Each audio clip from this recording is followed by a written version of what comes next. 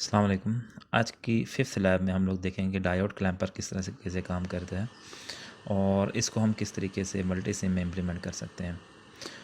उसके लिए हम लोग चलते हैं सबसे पहले इसकी बैकग्राउंड की तरफ। तो क्लैम्पर बेसिकली आपके पास करता ये है कि आपके पास जो वेव आपकी इनपुट के ऊपर आ रही होती है उसके अंदर एक डीसी लेवल ऐड कर देता है, और जो डीसी लेवल ऐड करता है वो पॉजिटिव साइड पे भी हो सकता है और वो नेगेटिव साइड के ऊपर भी हो सकता है। तो जिस साइड पर पॉजिटिव साइड पर अगर आपके पास डीसी लेवल ऐड होने जा रहा है तो हम उसको बोलेंगे पॉजिटिव क्लैम्पर, और अगर वो आपके पास पूरी की पूरी जो इनपुट वेव है उसमें नेगेटिव डीसी लेवल ऐड हो जाए और वो सारी की सारी वेव नेगेटिव साइड पे जाके प्लॉट हो जाए तो हम उसको बोलेंगे नेगेटिव क्लैम्पर। अब चलते हैं हम लोग सीधा सर्किट की तरफ, जिसमें सिर्फ एक चीज़ इंपॉर्टेंट है। आपके पास वी आउट जो पीक वैल्यू है उसकी value V in peak to peak में से हम लोग सिर्फ डायोड का ड्रॉप माइनस कर देंगे और वो आपके पास वी आउट की वैल्यू हुआ करेगी। इंस्ट्रक्शंस आप लोग ध्यान से देख लीजिएगा, इसमें सिर्फ एक ही इंपॉर्टेंट इंस्ट्रक्शन है चैनल 1 के हवाले से, वो आप लोग नोट कर लीजिएगा, क्योंकि आप लोगों ने जो आउटपुट बनानी होगी इसी के थर्ड फोर्थ पेज के ऊपर जो ग्राफ बना हुआ होगा उसमें ये चीज़ इंपॉर्टेंट है। तो ये चीज़ें आप लोगों ने जहन में रखनी है, दैन वो आउटपुट प्लॉट करना है। हम सीधे सर्किट के ऊपर जाते हैं। आपके पास एक फंक्शन जनरेटर कनेक्ट हुआ है जिसमें 5 volt peak to peak voltage जा रहा है। 5 वोल्ट पीक टू पीक का मतलब होगा कि 2.5 वोल्ट पीक साइड पर एग्जिस्ट कर रहा है। उसका 1 किलो हर्ट्ज़ की फ्रीक्वेंसी है और ये बेसिकली आपके पास इनपुट वोल्टेज है। फिर आपने कनेक्ट करना है अपने अपने कैपेसिटर को। कैपेसिटर मल्टी सिम में दो तरह के होते हैं, एक बाईपोलर और एक सिंपल। आप लोग बाईपोलर कनेक्ट करोगे जिसके अंदर आपके पास पॉजिटिव नेगेटिव साइड दोनों एग्जिस्ट करती हैं। देन आपके पास एक डायोड है और आपके पास 10 किलो ओम की एक रेजिस्टेंस कनेक्टेड है और नीचे से तीनों आपस में शॉर्ट हुए हुए कनेक्टेड है। चैनल 2 को हम कनेक्ट करेंगे वी आउट के लिए, चैनल 1 को हम कनेक्ट करेंगे वी इन देखने के लिए। मल्टी सिम पे चलते हैं हम डायरेक्ट। ये सर्किट इम्प्लीमेंटेड है।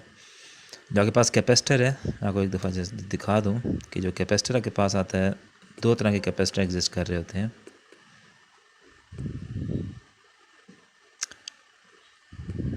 एक आपके पास ये बाईपोलर कैपेसिटर है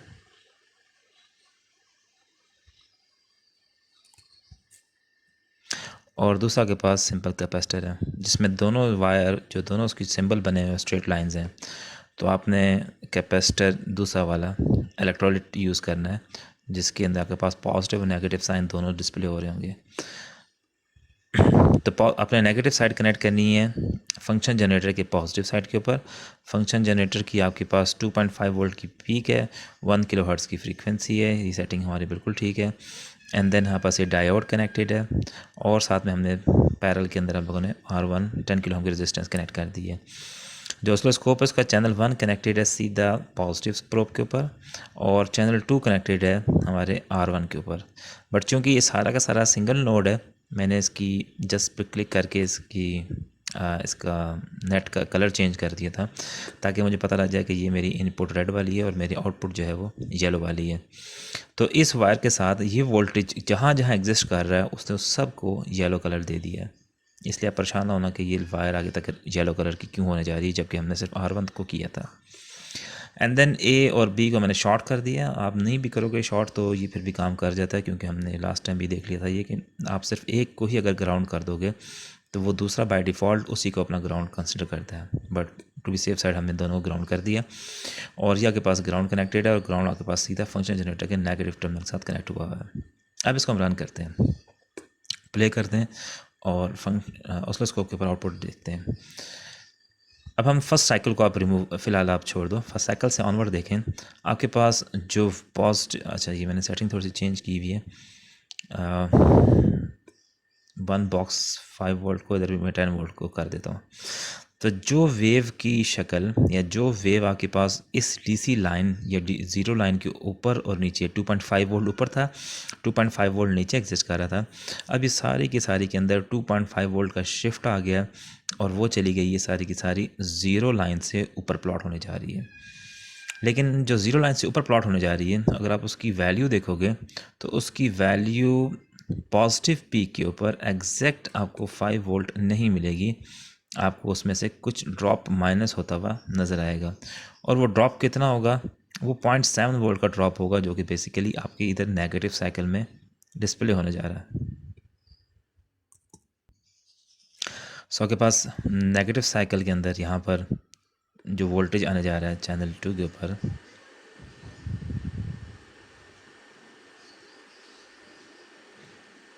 उसकी वैल्यू तकरीबन 651 मिली वोल्ट है। तो 0.7 वोल्ट पॉजिटिव ही आप समझ 0.7 वोल्ट ही आप समझ सकते हो। 0.7 वोल्ट नीचे ड्रॉप देगा एंड देन जो पॉजिटिव है वो 5 की बजाय, हम लोगों ने मैनुअल में जिस देखा था, 5 की बजाय आपके पास क्या वोल्टेज आ रहा होगा।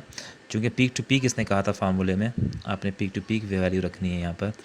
तो पीक टू पीक 5 वैल्यू थी -0.7, तो आपके पास 4.3 वोल्ट इसकी पीक वैल्यू होगी। पर चूँकि इसमें हमने डीसी लेवल ऐड हो चुका हुआ है, तो अब इसका सिर्फ पीक एग्जिस्ट कर रहा है। अब हम यूँ पीक टू पीक बोलने की ज़रूरत नहीं है हमें। अच्छा, ये तो हमारे पास पॉजिटिव साइड के ऊपर सारा का सारा शिफ्ट हो गया। अब अगर हम चाहते हैं कि ये नेगेटिव साइड पे शिफ्ट हो जाए, तो आपने सिर्फ और सिर्फ इस डायोड को रिवर्स में कनेक्ट करना है, यानी ऑपोजिट डायरेक्शन में कनेक्ट करना है। तो फिर आपके पास ये सारा का सारा जो आउटपुट है वो नेगेटिव साइड पे शिफ्ट हो जाएगी। तो आप इसी सर्किट को कॉपी करें, पेस्ट करें एंड D2 या डायोड 2 कनेक्टेड हो जाएगा।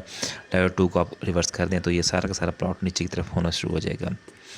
देन फाइनली ये जो फर्स्ट साइकिल था, ये फर्स्ट साइकिल बहुत इंपॉर्टेंट है अगर आपको समझने के वाले से, कि जब पॉजिटिव साइकिल हमारे पास फर्स्ट टाइम आया, यानी ये पॉजिटिव साइकिल जिस टाइम आ रहा है, तो उस टाइम कैपेसिटर चार्ज हो रहा है। जब कैपेसिटर चार्ज हो रहा है और अगर आप देखो तो ये पॉजिटिव की वजह से यहाँ पर क्या हो जाएगा, डायोड रिवर्स बायस में हो जाएगा।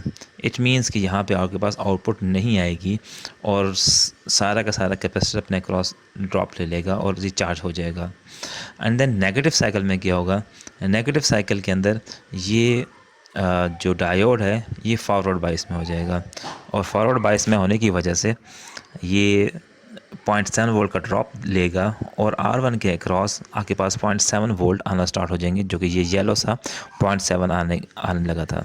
एंड देन अगले साइकिल के ऊपर फिर अगेन वो चार्ज होगा, चार्जिंग की तरफ जाएगा। लेकिन चूंकि ऑलरेडी ये चार्ज हुआ हुआ है तो इसका चार्ज जो ऑलरेडी पहले हो चुका था एंड दोबारा जो पॉजिटिव वोल्ट आया, यानी पीक इसने पहले ऑलरेडी पड़ी हुई थी, VP पड़ा हुआ था वोल्टेज, एंड देन VP दोबारा आ गया, तो वो दोनों ऐड हो गया आपके पास। अब ये 5 वोल्ट डिस्प्ले होने जा रहा है एंड देन सो ऑन, आपके पास साइकिल चलते रहेंगे। आई होप कि आपके पास ये चीज़ें क्लियर हो गई होंगी। आपने सिर्फ और सिर्फ ये करना है, इसे ड्रॉ करने के बाद आपने इसमें नेगेटिव क्लैम्पर भी बनाना है और उसके बाद फिर आप लोगों ने ये जो टेबल बना हुआ है, ग्राफ सा बना हुआ है, इसको आपने फिल करना है। इसको फिल करते हुए आपने ये वोल्ट्स पर डिवीजन और टाइम पर डिवीजन का ख्याल रखना है। ये आई थिंक मैं पिछले क्लिपर की लैब में भी मैं डिस्कस कर चुका हूँ कि ये चीज़ बहुत इंपॉर्टेंट है। आपने जिस तरह का ग्राफ भी बनाओ, आप अपनी मर्ज़ी से इसको लेफ़्ट से स्टार्ट करो, राइट से स्टार्ट करो, आपने DC लाइन यही रखनी है, बट आपने ख्याल ये रखना है कि वोल्ट्स पर डिवीजन और टाइम पर डिवीजन आपका बिल्कुल ठीक कैलकुलेटेड होना चाहिए। और सी कैलकुलेशन आपने सामने डिस्प्ले करनी है कि आपके पास आपकी ये वैल्यूज़ किस तरह से आई हैं, जनरेट की हैं आपने। Thank you so much. अल्लाह हाफ़िज़।